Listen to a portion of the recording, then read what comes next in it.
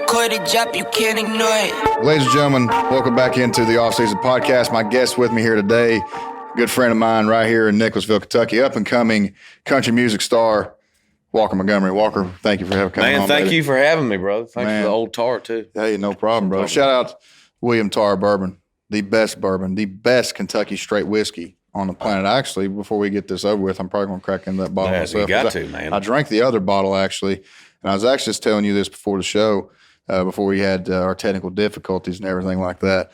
I'm not a big bourbon drinker, like I told you, man. Mm-hmm. Never have been. I'm not a drinker that much anymore. When I did drink and everything, when I do, I'm usually drinking beer, I'm drinking seltzers, some shit like that.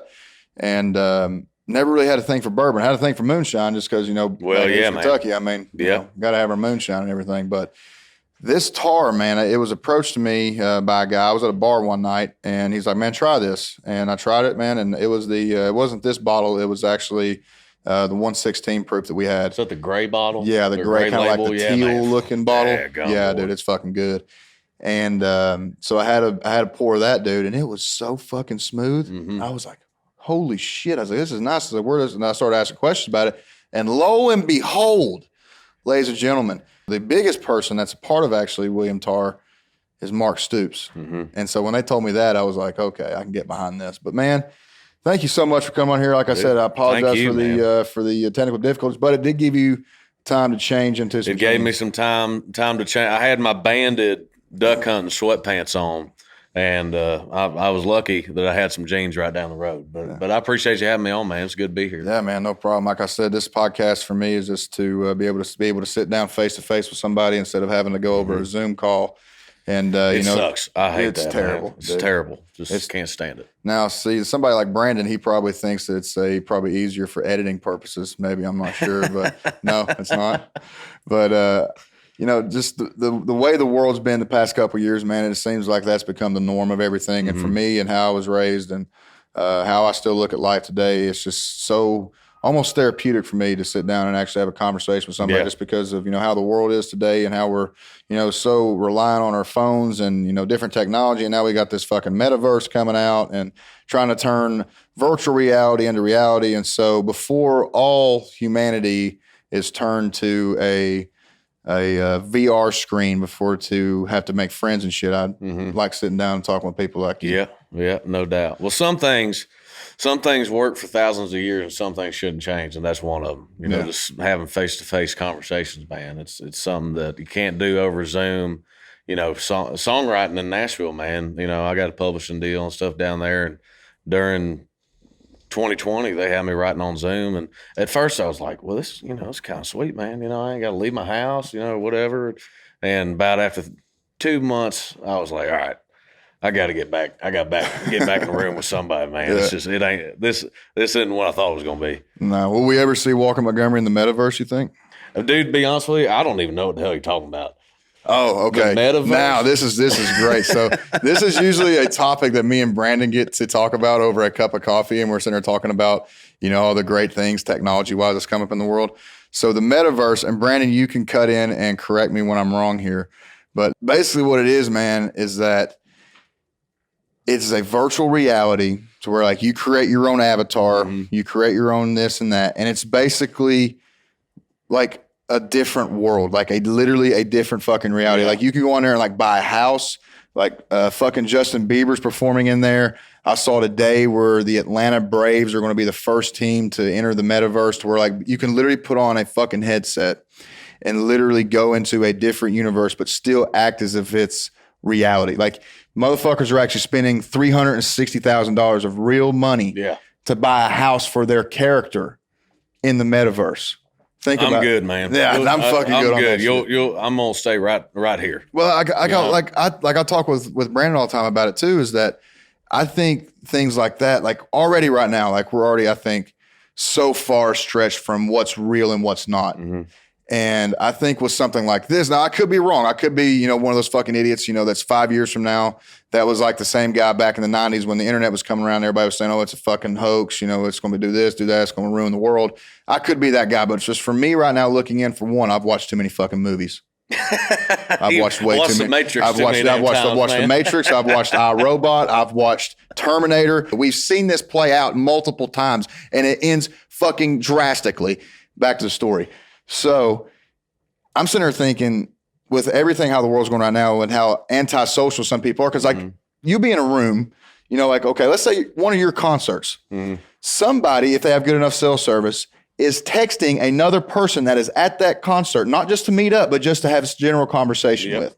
Or somebody in a room that's sitting there having just a general conversation and texting somebody 15 feet away. Like, people are like low-key afraid to go up and say hi or like, you know, introduce themselves or like talk to people. So I think with something like the metaverse, something like that is going to even have a bigger effect on people's social skills and say, oh, I don't have to, literally do not have to leave my house. I can literally go into this different universe, hide behind this avatar, and act as if it's real life. And it's probably a topic that, you know, two rednecks like me and you probably shouldn't be talking about just because we have no fucking clue. We don't know shit about this stuff. That's why, you know, I want to have, sometimes if Brandon's behind the camera sitting there, and if he has any, you know, Brandon, I'm actually going to get you a mic just for this stuff. If I ever start talking about shit like this or NFTs or shit, you can just be like, actually, Cash, that's actually man, wrong. that's another thing. But here's the thing: if somebody can't, like you're saying, they're texting each other 15 feet away.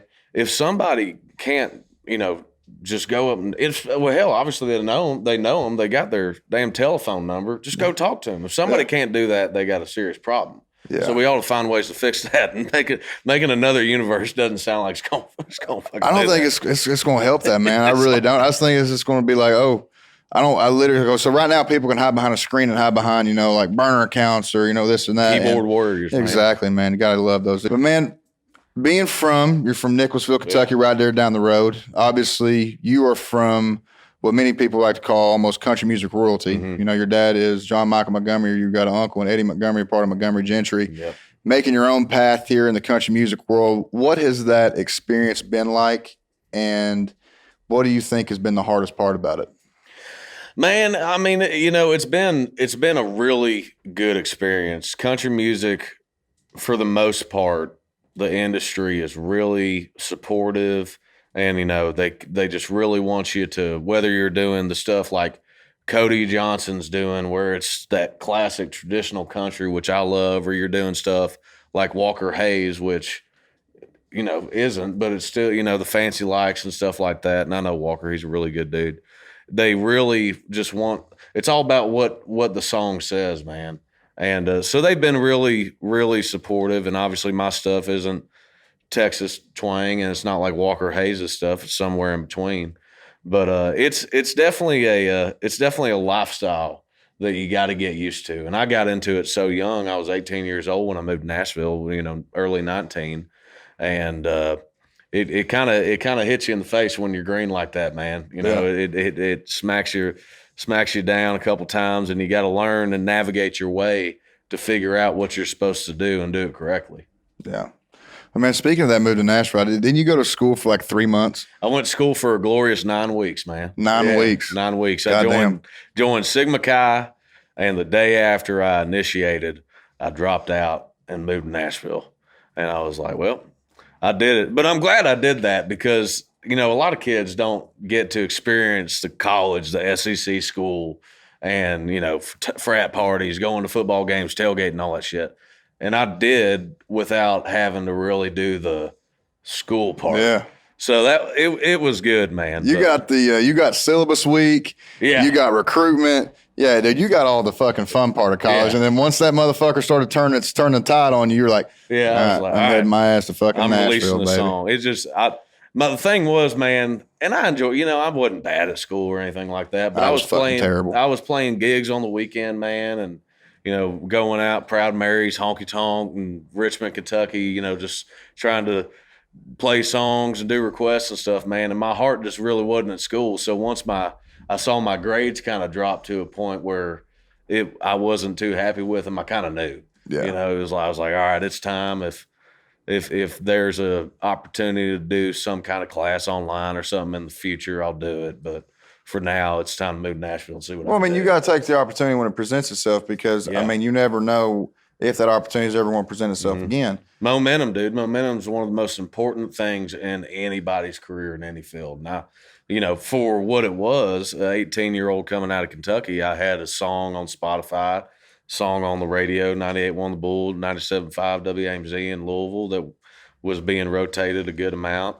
And it was just time for me to take that leap. Take that risk. Yeah, take that risk. And it's paid off so far, If I'm 32 years old and a gym teacher, we might we'll talk about it again. Hey man, at least you went for it, man. Yeah. Because a lot of people they're too scared to even jump. Yeah, there's nothing wrong with that too. No, absolutely no. Yeah. I mean, hell, some of the best people I know were my gym teachers growing up.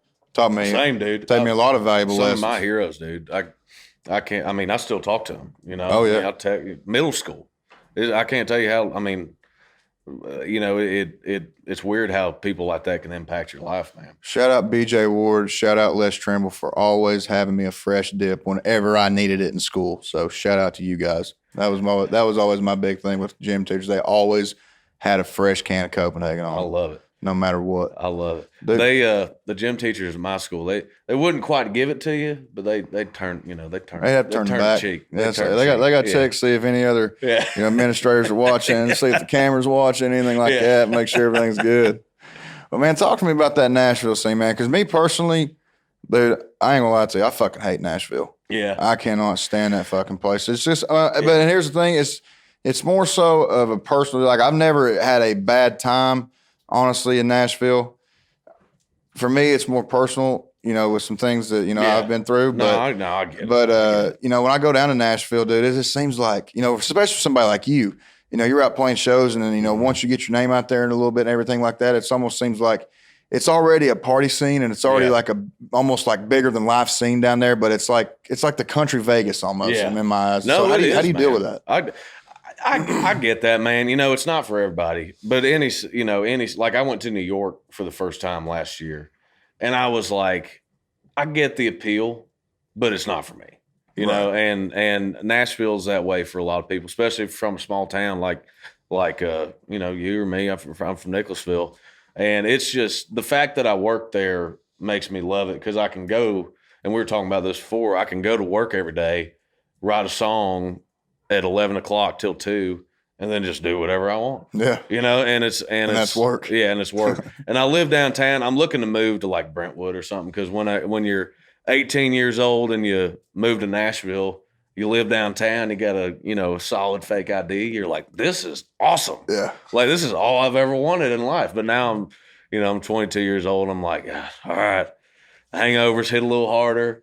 And I've got like, I don't want to go out to Broadway every night now, man, so it's just, I want to sit back, have a, drink a whiskey or a beer or something and just watch the game. Yeah. It's just calm down. But Nashville, it's been good. It's been good for me. But like I said, man, it's not for everybody. But I think that goes for any big city. That goes for anything, really. Yeah. I mean, just like anything's not for everybody. I mean, hell, not everybody likes football and everybody likes country music. Yeah. It's just, what your preference is and everything like that. But there's different parts of Nashville, too. Like Broadway, man, like my publishing house is on 5th Avenue, which is right there. Yeah. And it's like, all right, it's kind of like I've been there, done that before, on Broadway.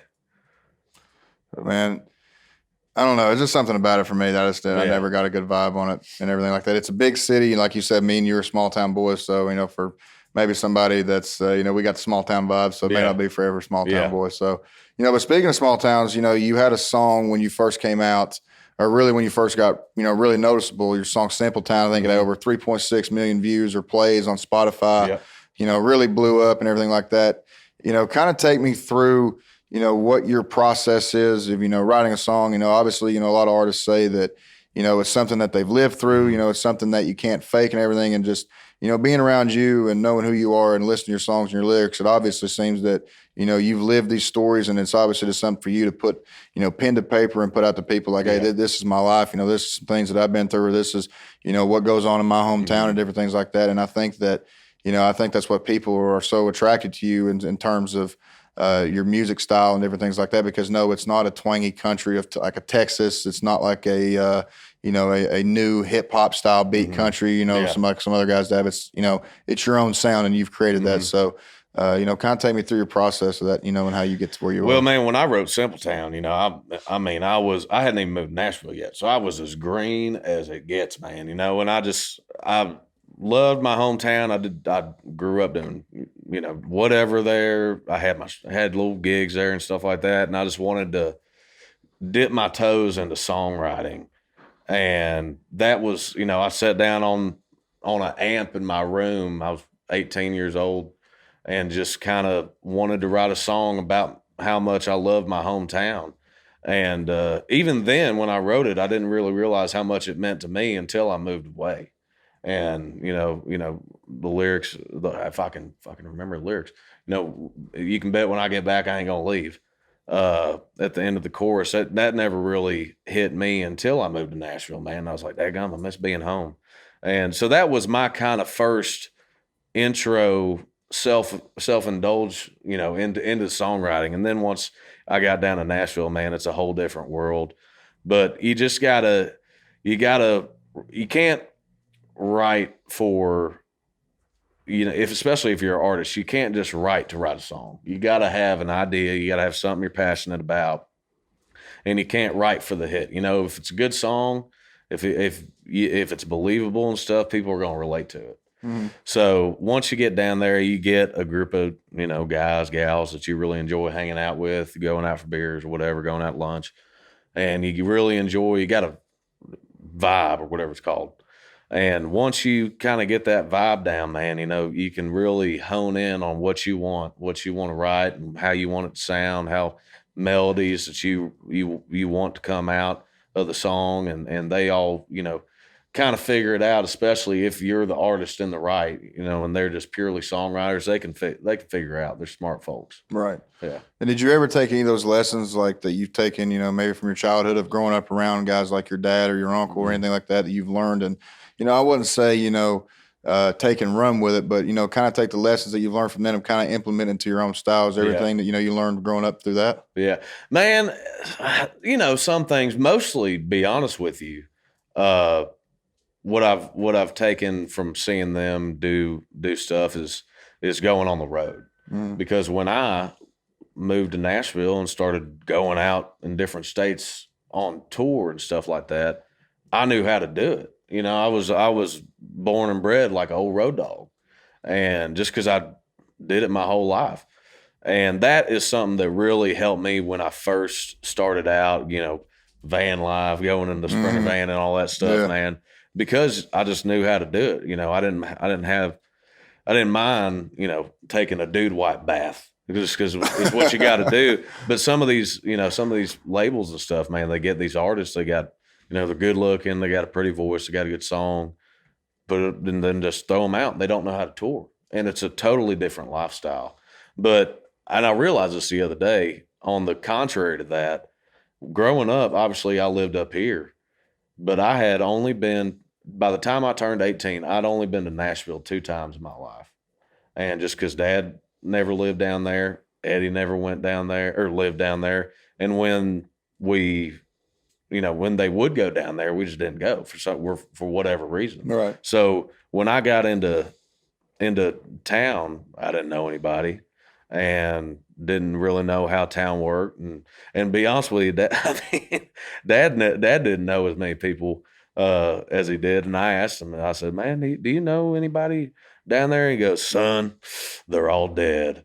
And it's like, well, I guess, 30 years, man, it takes a toll on some people. Oh, man. When your dad came out, when you played over here at the theater a couple months ago, dude, and your dad came out. God damn, dude, you talk about stage presence. That place went fucking crazy, dude. And, dude, I'll tell you one thing, dude, you got a bit of fucking stage presence about yourself, dude. That's one thing. When I was there with one of my friends, and one thing I said, I was like, God damn, Walker had the best stage presence of anybody, because you're engaging with the crowd. You make the crowd feel comfortable, laid back, relaxed, and just there to have a good time. There's some artists that get up there and, almost sense like they take it too serious at times, or, they don't get involved with the crowd. And so I feel like at that time that the crowd's not as involved with them. And so, I think you do a hell of a job of, really, owning the stage when you're out there. I appreciate that, man. But the thing, it's fun, man. It's like we were talking about earlier, I get to go up there and just shake my ass for 2 hours, and then I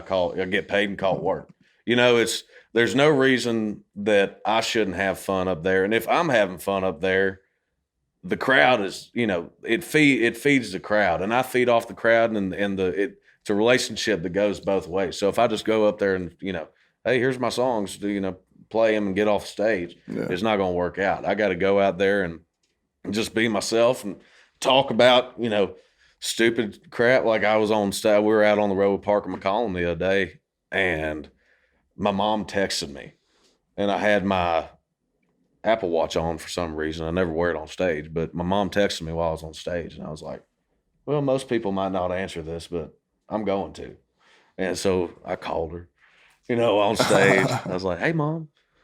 Saying the crowd say hi, and they loved it and stuff. But it's just little stuff like that, man. Just be yourself up on the stage, and it's gonna work. Because it's authentic, man. Yeah, that's I think that's the biggest thing that people relate to is just authenticity. No matter what you do, as long as you're yourself, and it doesn't seem like it's coming off as forced or anything like that. I just feel like that attracts a lot of energy from a lot of people. And just for you to be up there, see that there's a text from your mom and be like, you know what, if I was out on the bus right now, I'd call her. Yeah. So I mean, why change anything up? I was like, I'm gonna get in so much damn trouble for this, boy.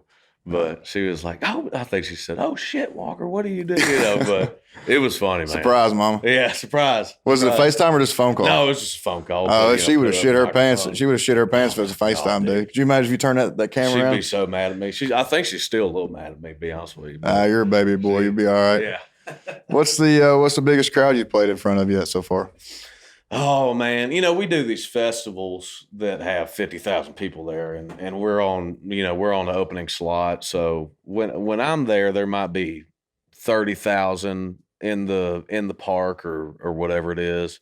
Now, how many of those people are paying attention or sober enough to is that's what I was about to ask. Always, it's always up for debate. Yeah, that's what I was about to ask because like for me, like I've had some opportunities, to be an MC at some event or, do some kind of public speaking or this or that.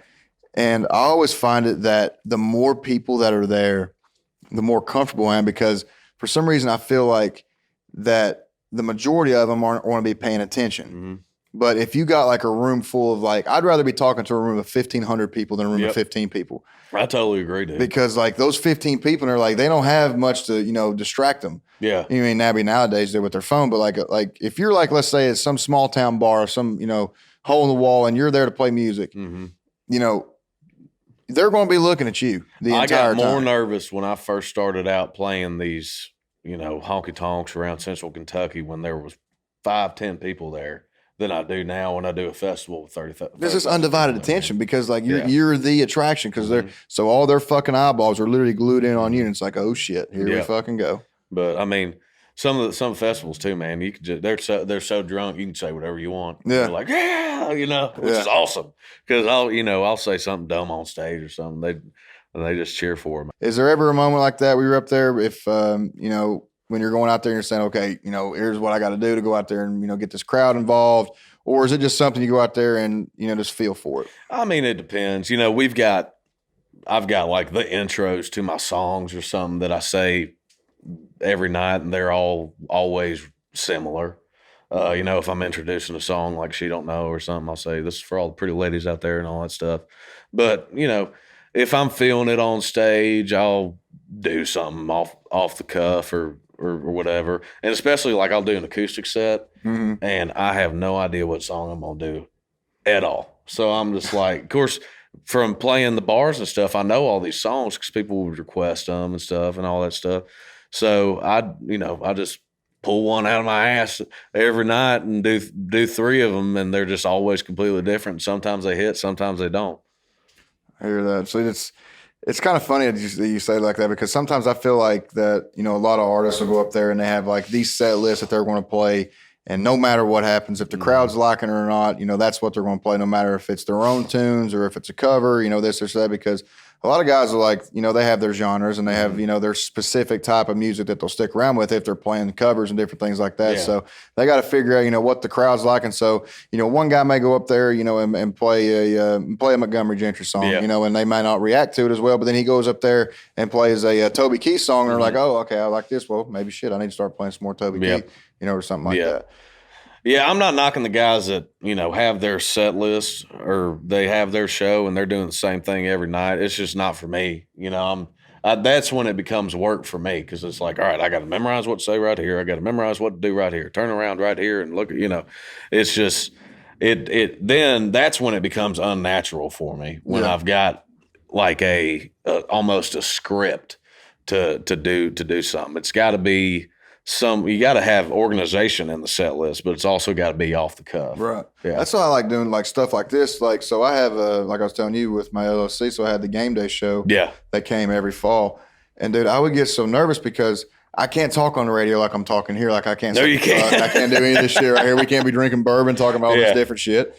But so I have to be all buttoned up and shit. And so like when I have to do that, it's like almost like I get so nervous that I'm going to fuck up something I'm going to say. Yeah. To where I would literally like it would take me like Brandon can attest to this, like of how many times like we've had to push back a recording day, or an edit or something like that because either I didn't like what I had written down for the show because I would literally write it out almost fucking word for word. Like I would have goddamn 8 pages of literally just straight fucking dialogue that I would have to like somehow be so good at acting that it sounds like I'm actually authentically saying this. And it was some of the hardest, most fucking stressful shit that I've ever been a part of because I there'd be some times where like me and Brandon be sitting there and it's like a 40. I had to fill two 22-minute slots, and we would be in there for 2.5 hours because I would be like messing up on this, messing up on that, having to go back and redo it because I didn't like the way that sounded.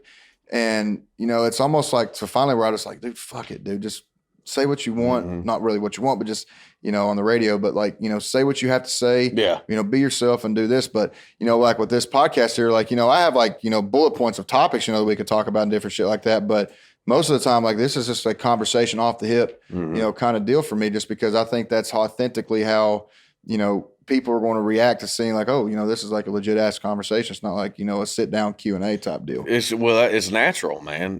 That's why I don't listen to NPR, because it's like, I don't want to hear some dude talking really quietly about some subject for 2 hours. I want to listen to a podcast where they're just regular folks talking, talking about stuff that me and my boys would, have a few too many adult beverages around a bonfire and think we know everything about everything and start talking about. Yeah, aliens and DMT. Yeah. That's a fucking topic we go down a rabbit hole and talk about for fucking days on this one. Ooh, man. Oh, the God. That sounds like our like a Sturgill Simpson rabbit hole right there. You think they're aliens? Dude, all right, we're going down it. Here we go. Here we fucking go. Yes, I don't know a damn thing about DMT. Absolutely, I believe there's aliens. And for anybody out there that doesn't believe it, I don't want to disrespect anybody, but come the fuck on. There has been so much evidence out there of, UFO sightings and, with the military and everything involved, people that were involved in Area 51, there just has to be something else out there. The universe, think of how big the fucking universe is, not just Earth, but the entire fucking universe. So absolutely, I believe that there's more life than just us on here. What about you? Well, yeah, I do. Yeah. But I don't, it's not for me to say. I don't work at NASA or whatever, if there's more galaxies in the universe than there are grains of sand on the damn Earth, I'd say it's a pretty good chance. There's a pretty damn good chance there's a fucking, other civilizations out there. Yeah, but I ain't worried about it. I ain't losing sleep over it. We got enough problems here. Well, we got problems, but we bring these problems on ourselves, I think. Yeah. I will say if aliens showed up tomorrow, we wouldn't have no more problems. We'd be like, all right, well, we got some shit to take care of. Well, here's the thing. And here's my, I'm not really a counter argument, but like a counter to that. And I was actually listening to Pat McAfee talk about this. I love him, dude. That's where I get all hilarious. I don't trust ESPN. I don't trust anybody else on big news like that. And the reason why I like his show so much too is just because people are comfortable coming on there and talking. Like Aaron Rodgers would not go on any other show to talk, but he goes on Pat McAfee show every fucking Tuesday. Just cuts it up with the boys and just has a good time.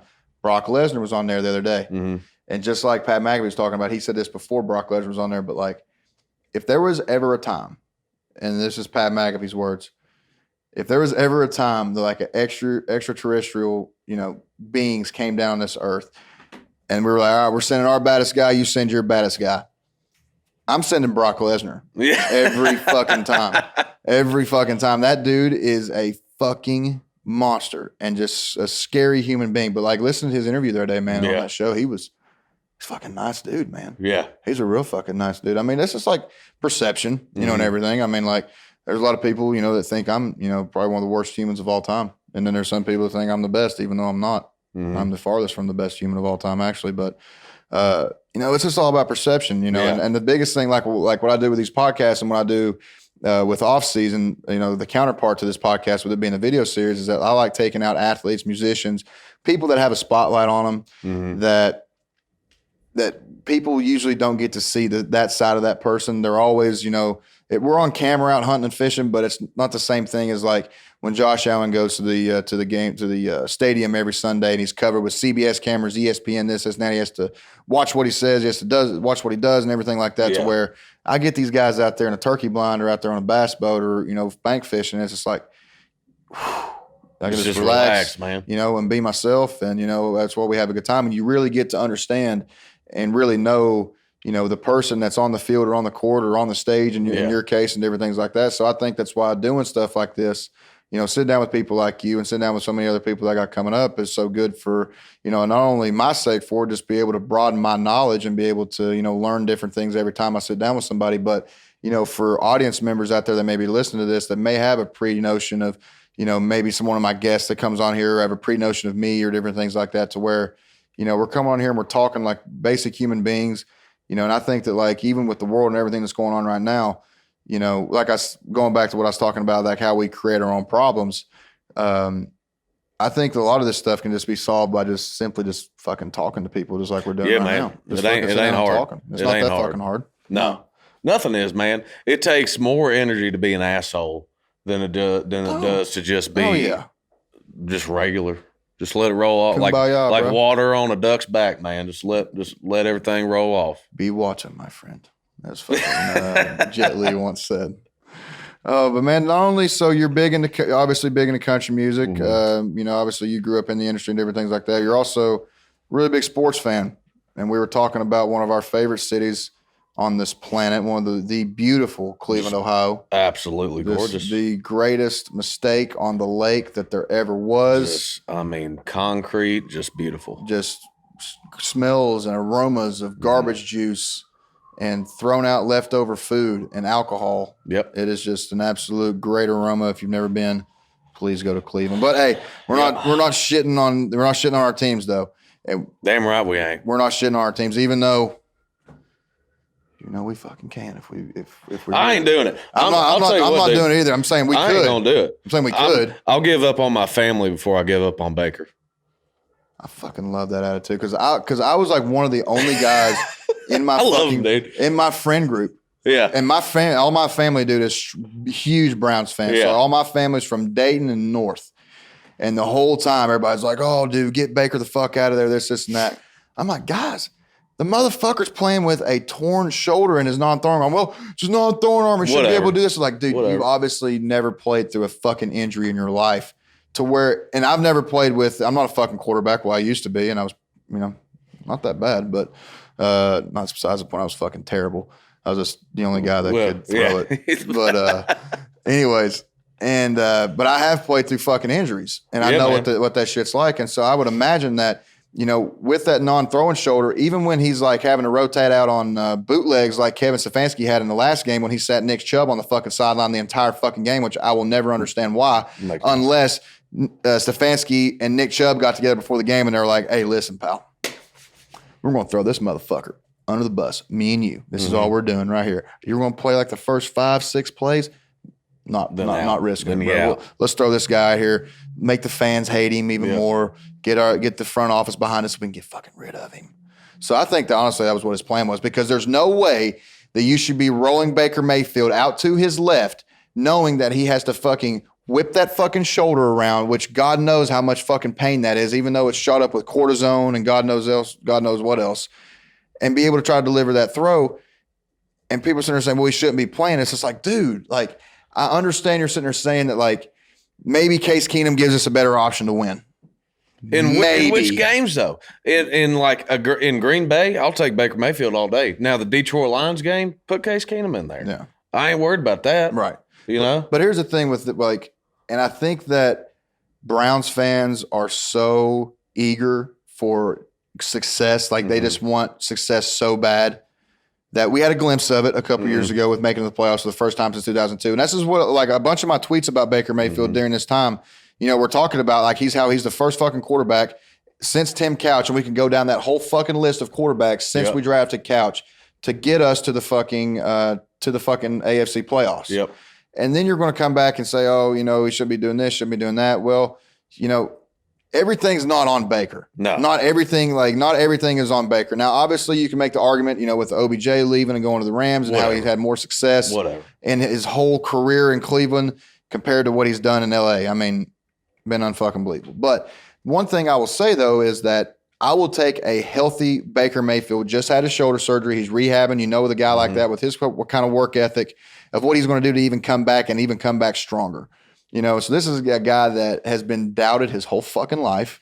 You know, a walk-on at Texas Tech, had to prove himself at Oklahoma, won the fucking Heisman. It's just like, okay, what's next for Baker Mayfield? What else can I fucking prove? And his back's against the wall right now, dude, and that's when he's at his best. Yeah. You know, I think it's game on. Yeah, I think coming back, dude, next year, I think you'll see a healthy Baker Mayfield. I think you'll see a fucking laser-focused Baker Mayfield. Well, we get Treader back. Well, and you do get him back. I mean, and the thing about it is, if everybody just in the game of football that people don't really understand is that, like, everybody, not just one player, but, you know, the dynamics of offense, defense, special teams, everybody's got to remain healthy for this whole ship to work. We didn't either. No, absolutely not. No, we didn't. What were we talking about, Cleveland? Yeah, great state of Cleveland.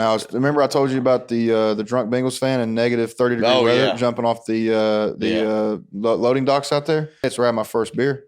Really? Yeah. Was it a Muni? No, it wasn't a Muni. It was at the loading dock. Oh man, that's awesome, dude. It was fucking hilarious. So we were there. It was me, my dad, my uncle, my grandfather, his brother, my two older cousins that are like 2 years older than me, my younger cousin, that's the twins' brother, who's like 2 years younger than me, and some of our other cousins from Cleveland. Or not from Cleveland, but from Dayton. We get there, and I'm 9 years old. My cousins are like, Scotty and Thomas, they're like 10 and 11. And this Bengals guy, he was like probably 30, had a beard, had some kids with him. You know, we were out there tossing the football around, and they were like, hey, you know, you guys want to play, you know, two-hand touch, you know, and all that stuff? We're like, fuck yeah, let's get it going. So like my whole family, my whole fucking family, dude, anytime we get like football, especially like competition, we're like, okay, let's fucking get it. So we actually start fucking like going hard as fuck on these kids. And they're like same age as we are. And dude, I'm not kidding. The fucking 35-year-old dude was like getting mad that we were beating their ass so much that he like started fucking cheating and shit. And like my whole family had been fucking drinking that day. So it got pretty ugly. I like the sound of that. I mean, that's what I do. Everything's a competition. Yeah. Life's just one big competition, dude. I don't care if it's a loading dock, parking lot, two-hand touch football game, man. You got to win that shit. Absolutely. Winning's the only thing that fucking matters. Just win, baby. Just win. But then not just the Browns, but you're also obviously being from Central Kentucky, big Kentucky basketball, big Kentucky football fan. So, you know, obviously, you know, I was fortunate enough to be a part of the resurgence of Kentucky football, if you want to call it that. Resurgence? Yeah. That's exactly what I Is that the word, it. Brandon? Not resurgence, resurgence. Yeah. See, guys, I don't know shit about fuck. I'm just some dumb fucking redneck. You were on a damn good team. I would say that's the thing that people talking about, like, you know, me as a good player and everything like that. Like, I appreciate that and the fact and everything, but I look at things a little different than like the average fan does. And so when I look back on my career and when I was a part of those teams, I was just surrounded by really good fucking teammates, dude, and just really good coaches that put me in the position to be able to go out there and make my job a lot easier because I wasn't the fucking most athletic dude in the fucking world. But what made up for that was I knew my fucking playbook and, you know, I could get guys lined up in fucking places and make sure that they're lined up pre-snap, getting the calls from the safety. We're laying it down to the defensive line. and just really making sure motherfuckers ready to go to war, dude. And that was honestly my favorite part, was just being a fucking general at one point, just going around and looking motherfuckers in the eyes and being like, hey, this shit's about to get fucking real. You ready for it? And I would go around and look in all my fucking defensive guys' eyes, offensive guys, special teams guys' eyes. And I would know if you're ready to fucking play football or not. I miss that shit. I miss the fucking crowd. Yeah, dude. Going out and playing in front of a crowd. I miss all of that shit. Nothing affects my mood. I love the Browns. I love Kentucky basketball. But nothing affects my mood more than Kentucky football. Dude, and it awesome. should not, like, something that I have absolutely zero control over should not affect my mood as much. But dude, that's what makes people like you and the Big Blue Nation so great, though, is because it's that kind of fucking passion. Yeah. That makes playing for people like you and the Big Blue Nation so fucking awesome to do, because going out there, because I mean, I've played everywhere. We've played at, the Swamp. We've played at Bryant-Denny. We've played, at Between the Hedges down there in Athens. And when fucking Kroger Field gets fucking rocking, dude. Crazy. It's crazy. It gets fucking rocking. So like so with COVID last year, that was my first year being out, and this year being able to be back in the stands. So it was like legit my first time being back in the stadium, but as a fan that's already been through it. And man, that fucking Florida and LSU game, dude, the fucking crowd itself played such a big impact on that game that they have no idea, just because you're out there, dude. Yeah. And already as a defensive guy, when you're on the fucking field at an away game, it's hard because you're trying to relate the call to people. You're trying to get the signals and everything like that to where it's just fucking chaos. So where now you're on the flip side of where Kroger Field, we're out there on defense, and they're so fucking loud that I already know that I can relate the hand signals and everything fine, but that offensive lineman's going to fucking jump because he can't hear the fucking quarterback or the center make the snap count.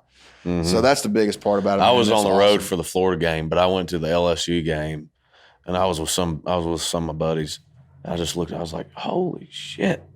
What is going on here? This is like 2007 again, dude. Yeah. I mean, Andre Woodson year. And everybody was like, you should have been at the Florida game, dude.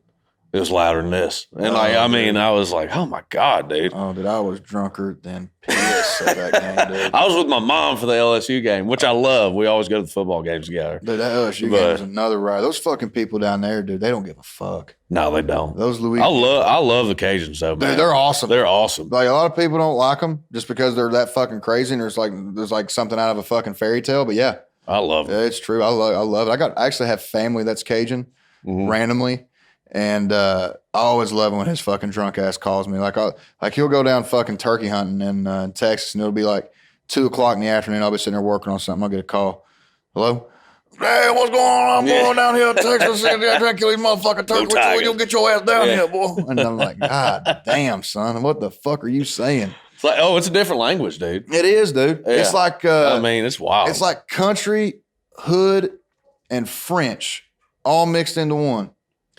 Oh. It's something I've never heard of before, It's dude. Cajun. It's awesome. Yeah. No, it is. I mean, like, listening to Coach O, they need to just bring him out. I'll pay the salary. They need to just bring him out as a mascot. I'm talking about Coach O down there man. LSU. Talking about Joe Burrow. Yeah, dude. I love it. Go Tigers. Dude, he told some fucking crazy ass recruiting story the other day. I can't remember what show it was on, but they were recruiting Adrian Peterson.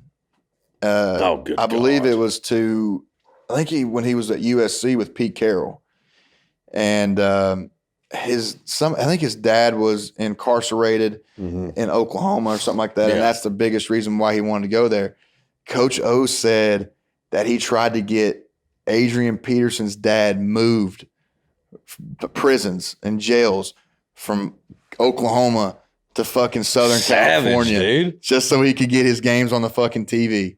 That's savage. That is fucking ridiculous. And I think, like, people don't understand it. Like, college recruiting, there's so much power in it, dude. It is like the fucking mafia. Yeah. Okay, like, you name your fucking price, anything goes. Now, I'm not talking about our program, University of Kentucky. We run a very clean program. One of the only programs to do it in the nation.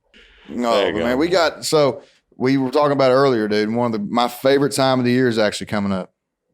Fucking turkey season, baby. Oh, come on, man. Turkey season's coming up. You went down to Florida last year, didn't you? No, man. I went down to Crosby, Mississippi. Okay. Missed a turkey from 10 yards. Damn. Yeah. I was like, I'm not making an excuse. I was like down on a hill that somebody popped up. on it. There was 2 of them, and I didn't know they were coming. You know, I was with mutual friends, Mary and Zach, and we were filming stuff like that. And I guess I just wasn't paying attention. And I said, "Oh, there's a turkey there." And, you know, I missed it. And Zach goes, "Come on, we got to go. You know, go run after it." He grabs my gun, shoots the turkey. And they started making excuses for me, man. You know, "Oh, well, that's the wrong choke that you need to use." And I was like, "Man, I missed the turkey."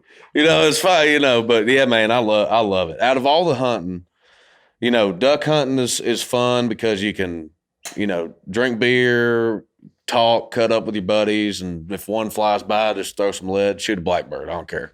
But turkey hunting, you don't have to wake up at the ass crack of dawn. It's not cold. It's, you know, put a sweatshirt on and just stay still in the woods for 2-3 hours. Dude, that's my favorite hunt of all time. I grew up, so my dad wasn't a big hunter. Mm-hmm. He was more in bass fishing, so that's really what I grew up doing. Mm-hmm. And I got introduced to hunting by my grandfather on my mom's side, so we used to hunt quail and grouse back before grouse was damn near extinct. I was about to say, did y'all have grouse out there? Dude, I'm telling you, back in the early 2000s, dude. Yeah.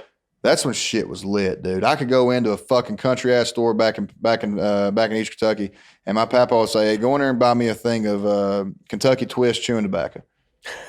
I'd be 8 years old, dude, going there and say, "Hey, I need a thing of Kentucky Twist, yep. please." And be like, "Here you go, $5." Yeah. And there, all right, we'll see you tomorrow. Yep. It was like this is nothing. But yeah, dude, we used to go up there, and he had bird dogs and everything, and he taught me how to shoot a gun, taught me how to hunt and everything. Awesome, man. And so one day I asked him, I was like, "Is there more stuff you can hunt?" He's like, "Oh yeah, there's way stuff more." But he didn't do it. He only bird hunted. He was one of those guys.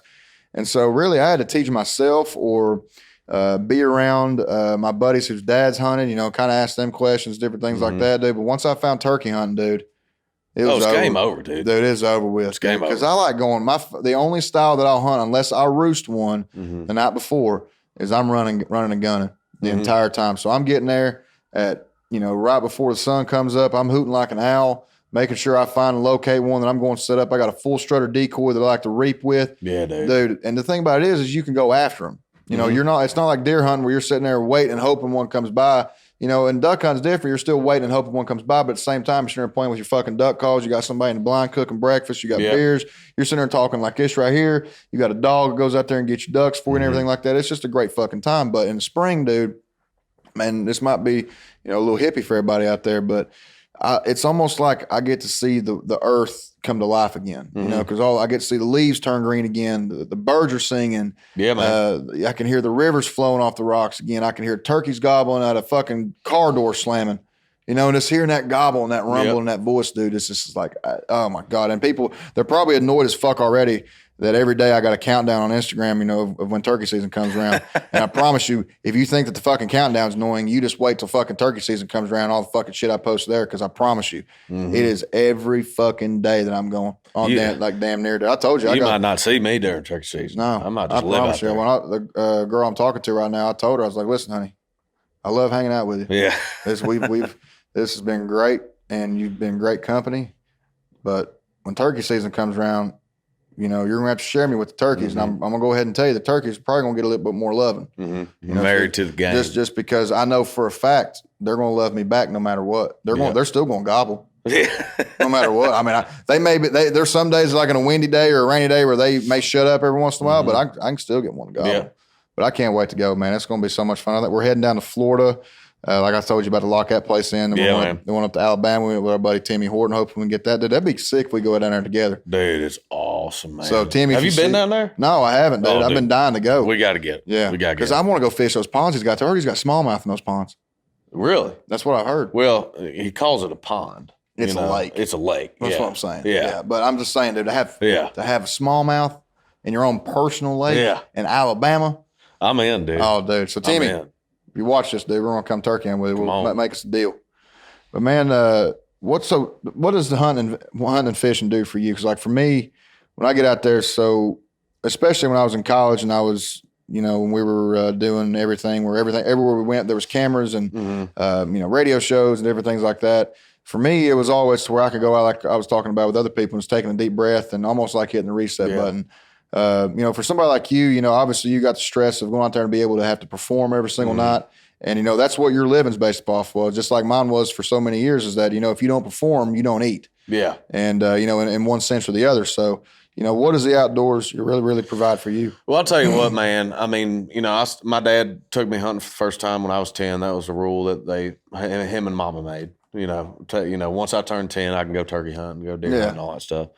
And we went all the time, man, and I loved it. And once I got into college, I moved down to Nashville, and I started getting on the road. I probably didn't go hunting for like 2 years. And just because I didn't have time. I was on the road every weekend, and then I was in Nashville during the week writing songs and all that stuff. So I might have gone duck hunting, dove hunting, something like that. But I've learned that the less I go almost, the more I love it and the more special it is, dude, because you're like, this is what, when you do it every weekend like some folks do, which I used to do, it's the same. It's the same. All right, I'm in the same blind. I got a plan, but now it's like I go out and I'm just doing my thing, man. I'm 6 a.m. Sun's coming up, the birds are chirping. You're hooting now, crow call, and you're just enjoying everything that God created, man. But it's a special thing, and I'll always remember. It's something that my dad and I really shared. He's the one that taught me everything. Taught me how to draw back a bow, string a bow, and clean my guns, reload a gun, and how to miss a deer, all that stuff. He was really good at that, and I'm really good at that too. But it's a special thing for me, and especially now that I don't have time to go as much as I would like. Every time I do, I can really cherish it and soak it in. Just cherish every single second you're out there. Yep. And that's the thing that I always like, man, is just being out there and knowing that if I do get something, that's the bonus part of it. It's the fact that I'm out there, and it almost like resets life, out there when you're out there and there's nothing else around you. You're just hearing, the sounds of nature, different things like that. It's like, okay, this is what the world originally was. When it was first created, there was no, social media. There was no, what the fuck has went wrong today. And it's broadcasted on every news outlet. It was just. Well, it's like I have nothing to focus on, but if a deer walks out. Yeah. That's all I got to focus on. All I got to think about. And that's because we get so caught up in, in everything that goes on in our day-to-day lives. And, for somebody like me, like on my day-to-day basis, like if I feel like I don't get something done, I feel like I failed that day. If I don't make, especially if I don't fucking work out or something like that. I have my rituals and different things like that. Like if I feel like I don't work out or I don't do something productive, I feel like I have a bad day. But, it's sometimes like almost like I lose sight of, checking up on, seeing if I'm good with my relationships with my friends and my family and different things like that, because I'm so focused on trying to make something happen that, you kind of lose sight of, what the world and what life is really about, and it's having your friends, your family, and having a good time and making sure that while your time is here on this earth that, you don't spend it being miserable, dude, because it's so easy. It's so easy. You got to have your outlets, man. Yeah. Like I work on cars. That's one of my, and hunting, cars, hunting, and, whatever it is. I can definitely see you being a gearhead. Oh, dude, it's awesome, man. Yeah. It's awesome. I got a 63 T-Bird. Uh-huh. I got a 71 Rolls Royce. Right and it's bad to the bone, man. Now. But it's just fun. It's like my time to get away. And it's like, all right, all I need to focus on is how I'm going to mess up this transmission and then how I can fix it. It's fun. So I'd say the biggest thing, the closest thing to a gearhead about me is when I change out my fucking headlights on my truck, and that itself is a bitch. Oh, dude, it's terrible, especially on the new stuff, man. Oh yeah, like I went over to AutoZone, and they were like, I go, hey, I need you all to come here and just pop a light in for me real quick. Good luck. Dude, they come in and the guy goes, hey, man, we're going to take off this whole bracket. We're going to have to take this off. I was like, God damn, for a fucking light? Yep. And they were like, yeah, but it's going to be about, X and X amount of dollars. I was like, fuck that. I'll take some bitch home and do it myself. Mm-hmm. And it took me about damn near 2 hours getting in there and just fiddling around and different things like that. But, when my lady asks, how'd you get so good with them fingers? I'll be like, hey, baby, changing out them motherfucking headlights, girl. You know what's up with this. You know what's up with greasy hands. Oh, absolutely, man. What do you got coming up? I know you said you got some. You obviously got a show coming up this Friday. Yeah, You've been so gracious enough to give me tickets for it, so thank you for that. I'm looking forward to it. Dude, I want you there. I'm glad you're coming. I'm glad to be there, man. I try to come to every show that you got down here, man. There's this. Like the last time I saw you down there at the theater, man, you put on a hell of a show. I think the buzz around that whole crowd was, how great of a performance you put on for everybody. So, I'm looking forward to that. So, what you got coming up? Man, it's been 4 years since I released a full EP. So, I've got a 6-song EP coming out March. I think it's March 27th, and we got shows out the wazoo, man. We're going out with Lee Bryce a bunch. We're going out with Parker McCollum. We've had some really March 25th. That's what it is. Hey, opening day of Alabama turkey season, baby. Damn right. Come on. But we got some really good stuff in the works, man. We just really, after the past 2 years, we had a bunch of shows last year, but it still wasn't the amount that would have been without COVID happening. So this year we're cranking it up a notch. I got the EP coming out, 6 songs. I sent you the title track, Russ. And man, we just got some really good stuff. The show at Manchester Music Hall is the next thing.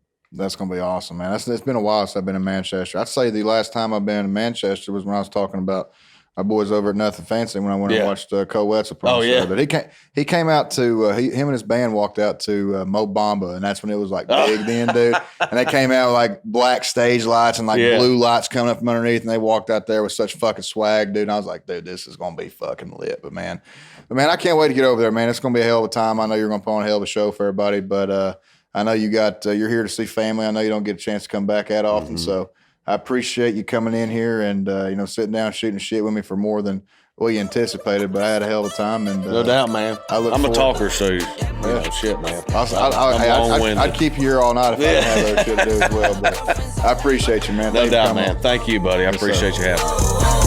Whoa, I hit recorded, drop, you can't ignore it. OFFSZN Podcast is a production of Branded 78.